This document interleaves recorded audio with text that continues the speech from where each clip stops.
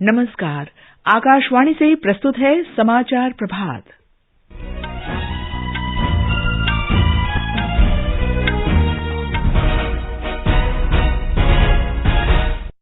संसद का बजट सत्र आज से शुरू। राष्ट्रपति द्रौपदी मुर्मू संसद के दोनों सदनों की संयुक्त बैठक को संबोधित करेंगी। आर्थिक सर्वेक्षण आज संसद पटल पर रखा जाएगा। केंद्रीय बजट कल पेश होगा। नागालैंड और मेघालय विधानसभा चुनाव के लिए नामांकन आज से भरे जाएंगे। राष्ट्रपति द्रौपदी मुर्मू आज नई दिल्ली में राष्ट्रीय महिला आयोग के 31वें स्थापना दिवस को संबोधित करेंगी।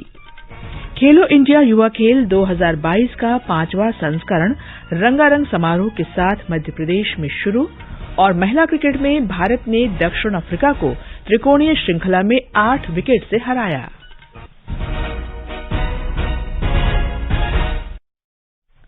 समाचार प्रभात के साथ मैं कनकलता। संसद का बजट सत्र आज से शुरू होगा। केंद्रीय कक्ष में लोकसभा और राज्यसभा की संयुक्त बैठक राष्ट्रपति द्रौपदी मुर्मू के अभिभाषण के शुरू होगी।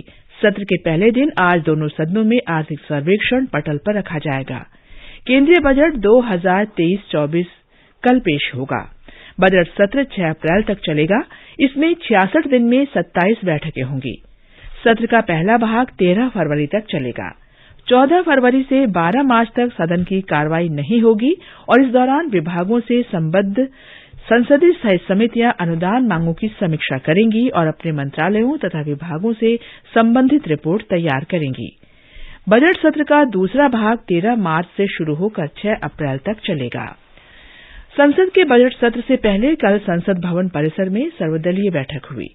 सरकार द्वारा बुलाई गई बैठक में केंद्रीय मंत्री राजनाथ सिंह, प्रहलाद जोशी और पीयूष गोयल तथा अन्य ने भाग लिया। सरकार ने लोकसभा और राज्यसभा के सुचारू कामकाज को सुनिश्चित करने के लिए सभी राजनीतिक दलों से सहयोग मांगा। बैठक के बाद संवाददाताओं से बात करते हुए संसदीय कार्य मंत्री प्रहलाद जोशी ने कहा कि सरकार नियमों और प्रक्रियाओं के अनुसार संसद में किसी भी मुद्दे पर चर्चा के लिए तैयार है।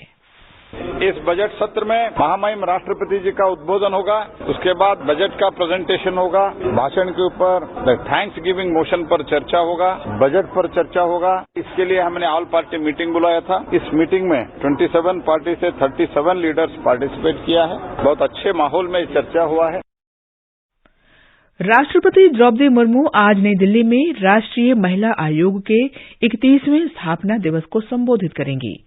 कार्यक्रम का विषय सशक्त नारी सशक्त भारत है, जिसका उद्देश्य उन महिलाओं की कहानियों को याद करना और उनका उत्सव मनाना है जिन्होंने देश में उत्कृष्ट कार्य किया है और एक छाप छोड़ी है। केंद्रीय महिला और बाल विकास मंत्री स्मृति ईरानी और महिला तथा बाल विकास राज्य मंत्री डॉ मुंजपारा महेंद्र भाई इस अवसर पर उपस्थित रहेंगे। भारत के राष्ट्रीय सुरक्षा सलाहकार Ajit Doval initiative for critical and emerging technologies ICET यानी महत्वपूर्ण और उभरती तकनीकों के लिए पहल पर पहली औपचारिक वार्ता में भाग लेने के लिए वाशिंगटन पहुंच गए हैं। श्री डोभाल आज व्हाइट हाउस में अपने अमरीकी समकक्ष जैक सुलिवन के साथ ICET पर चर्चा करेंगे। श्री डोभाल के साथ एक उच्चस्तरीय शिष्टमंडल भी गया है। IIT मद्रास में आज G20 शिक्षा कार्यसमूह की पहली बैठक शुरू होगी। बैठक का शुभारंभ शिक्षा में डिजिटल प्रौद्योगिकी की भूमिका पर संगोष्ठी से होगा। इसकी अध्यक्षता उच्चतर शिक्षा सचिव के संजय मूर्ति करेंगे। IIT मद्रास के निदेशक प्रोफेसर V कामकोटी इस दौरान डिजिटल प्रौद्योगिकी के उपयोग के संबंध में अपनी बात रखेंगे। बैठक के दौरान अगले 3 दिन तक डिजिटल शिक्षा संबंधी पहलों और इसके संबंध में डिजिटल प्रौद्योगिकी से लोगों को रूबरू होने का मौका मिलेगा। ब्यौरा हमारे संवाददाता से। IIT मद्रास को G20 के शिक्षा कार्य समूह की बैठक के लिए सजाया गया है। इसके मद्देनजर शहर में सुरक्षा कड़ी कर दी गई है और संवेदनशील इलाकों में 3 फरवरी तक ड्रोन उड़ाने पर रोक रहेगी। दिन भर चलने वाले इस सेमिनार में आज 3 सत्र होंगे। पहले सत्र में K-12 शिक्षार्थियों के लिए सुलभ और समान शिक्षा प्रदान करना, दूसरे सत्र में उच्च गुणवत्ता वाले सीखने के अवसरों को सक्षम करना और तीसरे सत्र में कौशल शिक्षा और प्रशिक्षण प्रदान करने के लिए उभरती प्रौद्योगिकी पर चर्चा होगी। दिन भर चलने वाले इस कार्यक्रम में 19 देशों के 69 प्रतिनिधि भाग लेंगे। सूचना और प्रसारण राज्य मंत्री एल मुरुगन कल G20 शिक्षा कार्य समूह की बैठक का उद्घाटन करेंगे। प्रतिनिधियों के समूह को महाबलीपुरम के स्मारकों की यात्रा पर भी ले जाया जाएगा। चेन्नई से जॉय की रिपोर्ट के साथ समाचार कक्ष से फरहत नाज। भारत की अध्यक्षता में G20 के दीर्घकालिक वित्तीय कार्य समूह की बैठक की मेजबानी असम करेगा। ये बैठक गुरुवार से गुवाहाटी में शुरू होगी। बैठक का विषय है एक पृथ्वी, एक परिवार, एक भविष्य और इसका ध्येय वाक्य है वसुधैव कुटुंबकम। बेंगलुरु में कल 20 से अधिक विद्यालयों के छात्रों के लिए G20 के समान एक शिखर सम्मेलन का आयोजन किया गया। बेंगलुरु दक्षिण से संसद सदस्य तेजस्वी सूर्या ने भारत को G20 की अध्यक्षता मिलने और युवाओं को प्रेरित करने के उद्देश्य से इसका आयोजन किया।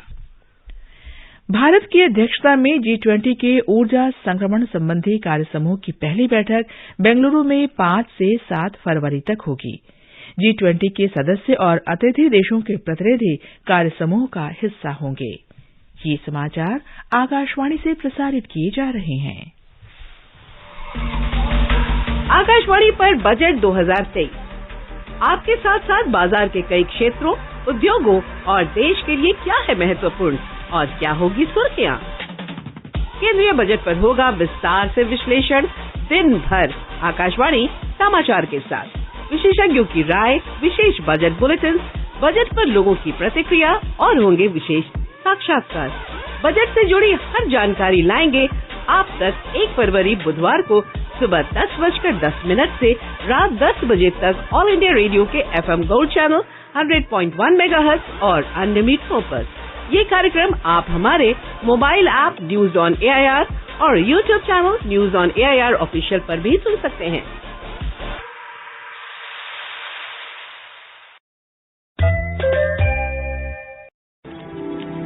इतनी जल्दी पैसे डबल?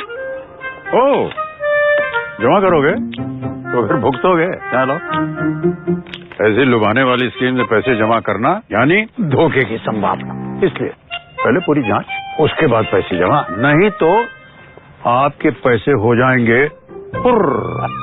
RBI कहता है जानकार बनिए, सतर्क रहिए।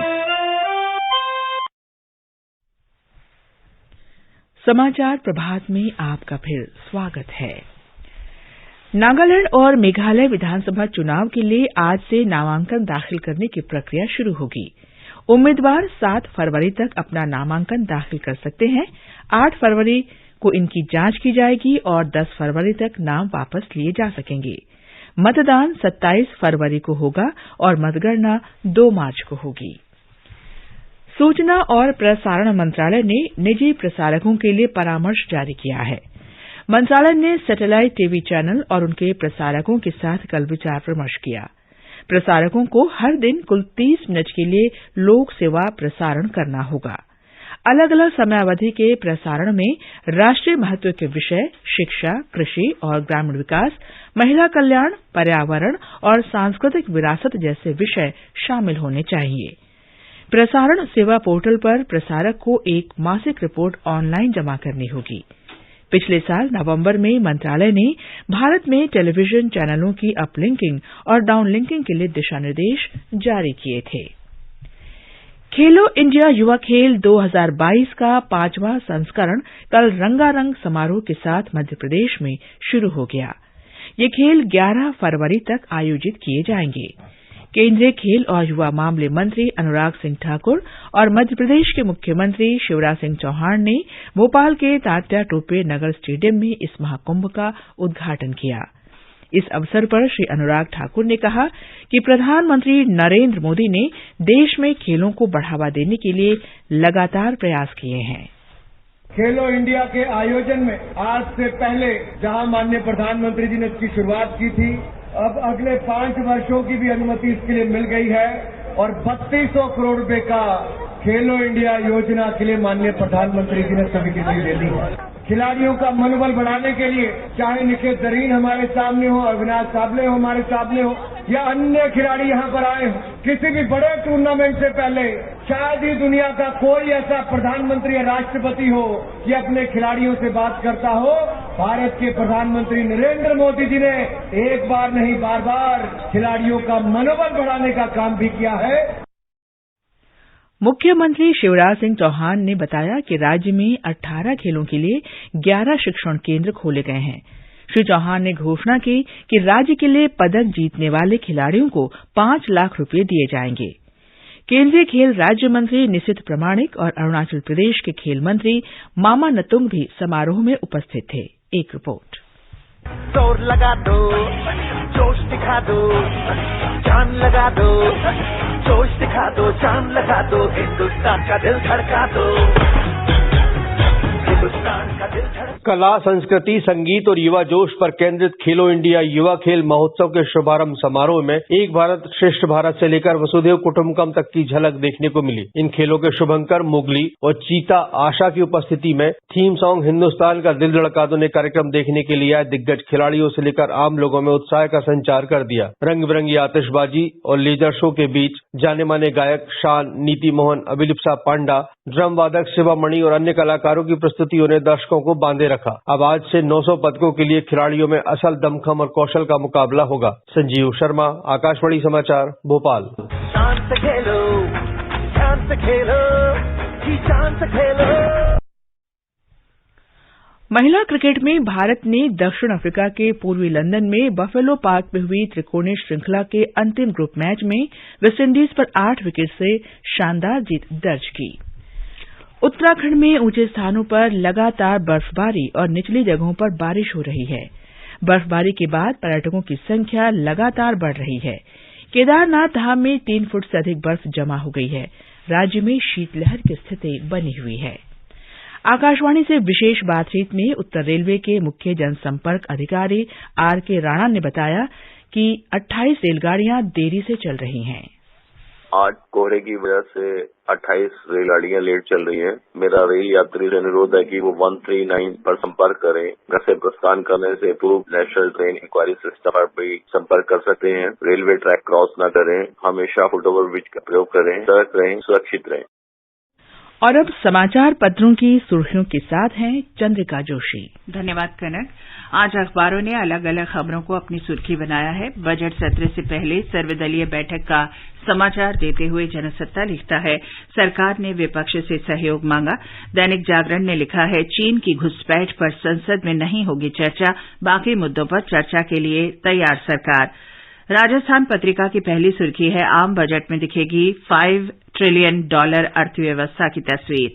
गोरखनाथ मंदिर पर हुए हमले के दोषी मुर्तजा को फांसी की सजा, लोक सत्य, अमर उजाला, हरी भूमि और हिन्दुस्तान सहित लगभग सभी अखबारों के पहले पन्ने पर है। दैनिक ट्रिब्यून ने सफेदों की अनाज मंडी में 22,000 क्विंटल गेहूं मानव उपभोग के नाकाबिल घोषित होने पर लिखा है, 4.5 लाख लोगों के पेट पर लापरवाही की लात। नवभारत टाइम्स ने पेशावर की मस्जिद में फिदायीन हमले में 61 लोगों की मौत की खबर पहले और आखिरी पन्ने पर सचित्र दी है। दैनिक भास्कर ने लिखा है, तहरीक-ए-तालिबान को पाकिस्तान नहीं पाला था, अब नतीजे भुगत रहा है। दैनिक भास्कर ने बताया है, AI से दिल का ऑपरेशन। ब्रिटेन, यूएस में पारंपरिक हार्ट सर्जन बेरोजगार हो रहे हैं, लेकिन इलाज में कुशलता बढ़ी। पत्र ने साथ ही बताया है, दवा और लाइफस्टाइल में बदलाव स्टंट या बाईपास सर्जरी जितनी प्रभावी। कश्मीर में भीषण सर्दी के दौर चिले कला की विदाई पर भारी हिमपात की खबर देते हुए दैनिक ट्रिब्यून ने लिखा है, घाटी में सड़क से आकाश तक थमी रफ्तार। हिमाचल में 484 सड़कें बंद। उत्तराखंड के पहाड़ भी हुए सफेद। राष्ट्रीय सहारा ने पहले पन्ने पर लिखा है, संसद की कैंटीन में मिलेगी बाजरे की खिचड़ी, ज्वार का उपमा, कंगनी के लड्डू और रागी मटर का शोरबा। अंत में मुख्य समाचार एक बार फिर। संसद का बजट सत्र आज से शुरू। राष्ट्रपति द्रौपदी मुर्मू संसद के दोनों सदनों की संयुक्त बैठक को संबोधित करेंगी। आर्थिक सर्वेक्षण आज संसद पटल पर रखा जाएगा। केंद्रीय बजट कल पेश होगा। नागालैंड और मेघालय विधानसभा चुनाव के लिए नामांकन आज से भरे जाएंगे। राष्ट्रपति द्रौपदी मुर्मू आज नई दिल्ली में राष्ट्रीय महिला आयोग के 31वें स्थापना दिवस को संबोधित करेंगी और खेलो इंडिया युवा खेल 2022 का 5वां संस्करण रंगारंग समारोह के साथ मध्य प्रदेश में शुरू। इसके साथ ही समाचार प्रभात का ये अंक समाप्त हुआ। नमस्कार।